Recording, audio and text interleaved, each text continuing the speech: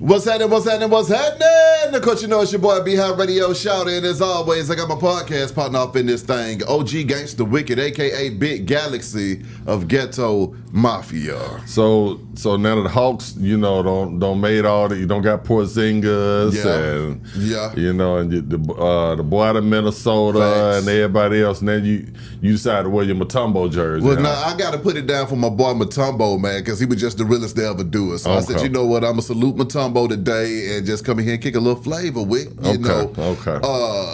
Diddy. Okay, yesterday, we were in here chopping it up when we found out that, Diddy was not found guilty on the RICO charges or the sex trafficking charges, but on 2 counts of the Mann Act involving Cassie and Jane Doe. Gotcha. Now, here's what's going on so far according to CNN. Sean Diddy Combs was denied bail after a jury found him guilty of 2 counts of transportation to engage in prostitution.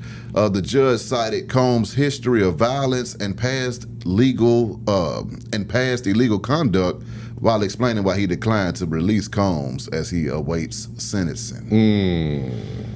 What are your thoughts on these new developments right here? Because a lot of people thought that, after yesterday, with the verdict, that he might have been able to come home that evening and just get back to life, back to reality.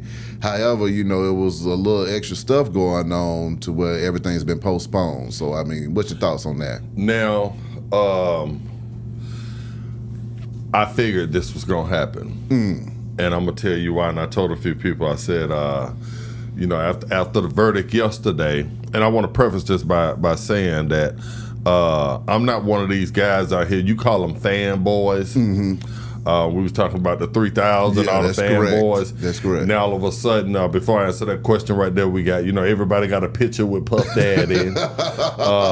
Everybody is his friend all of a sudden. Hashtag my nigga. right. Hashtag when he facing life, he had no friends. Didn't know him. You know what I'm saying? But getting back to what you just said about the bond, here's why yesterday after the verdict, I told everybody to pump their brakes again. That was saying that he was going to go home. He's going to go home tomorrow.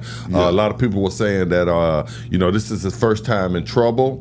A lot of times they give you kind of it's your first offense. We saw that even though Thug played out, he went home that day. You know what I'm saying? So people, that expectation was Puff would go home that day also.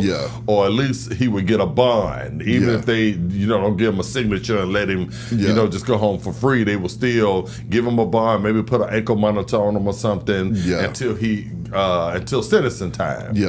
And I kept telling everybody to pump the brakes because here's the part that everybody was leaving out. What? The feds don't like to get beat. See, if this was the state, they would have let him out. If this was a state RICO, and a state trial, he would have walked home. He would have He would have walked up out of there yesterday. But see, the feds got egg on their face. Everybody knows that the feds have a like 90% conviction rate when it comes to stuff. So they are pissed. And for that, I feel like, and this is just me, I feel like for all the people that think that, this is cut and dry and it's over, he has 10 years on each charge that he was found guilty of. Now they can run those concurrent and run it down just to 10. But I feel like what they were doing was sending a message. Besides that, that he could come out and they're dressing it up as he could come out and maybe get revenge on everybody that testified against him or blah blah blah. That ain't what it really is. What it really is you beat us. At a game that we always normally win, that we don't put guys away, all mafia motherfuckers, organized crime, Gambino families, RICO Act, it normally always sticks. And this black man has beaten it.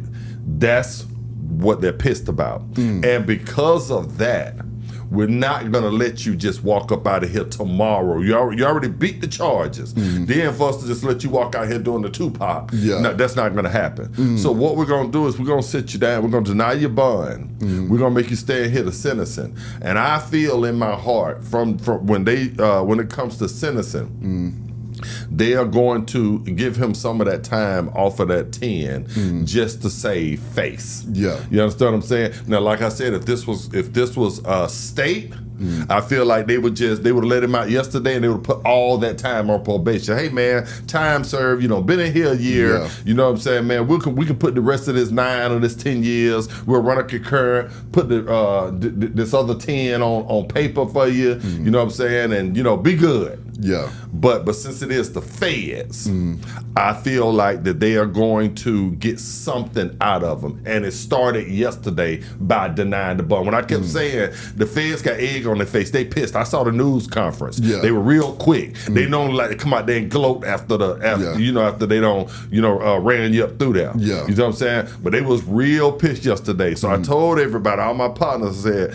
you know what I'm saying? They're mad. Yeah. And they gonna get something out of Diddy. And that was before they came. That was before they denied the bond. My partner was like, man, nah, man, they gonna let him walk right out, man. He already beat the charge. He ain't got but 10 on those charges. They're gonna run those consecutively. At worst, they'll give him a bond and let him walk on out the door. I said, shit, watch this. Yeah. Watch this. And that's what the start of it was, by denying that bond right there. What we saying there, first of all, we're finna take these, it's gonna be up until October before we sentence you. Yeah. So we're finna get those 3 months out you right now. Yeah. And then when it's time to sentence you, then we'll take a little time off of that 10 right there, because we can do it. You understand what I'm saying? And now, you know what I'm saying, we at least save face a little bit. We locked you up for a little while. Yeah. Because, you know what I'm saying, you beat us and they don't like to get beat. So that's my stance on the entire thing.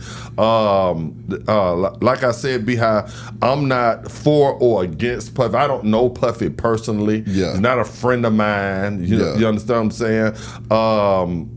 I probably never see the guy again when he get out on the streets. I never see him. Yeah. You know what I'm saying? I've only seen him one time in my life. But just knowing how the feds operate, I feel like that they denied that bond to send a message to him that this is not over, bruh.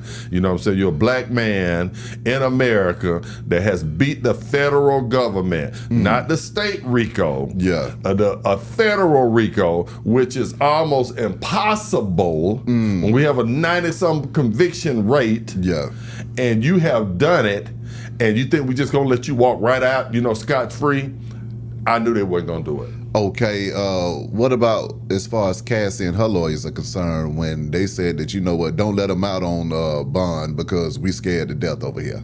Correct. Now with that there, I think that's an extension of the federal government. They are working with, she is a witness for the federal government. Yeah. She testified on their behalf. So I don't think that's just her and her lawyer. I think it's her lawyer, and the federal government. This is all them together pissed. You understand what I'm saying?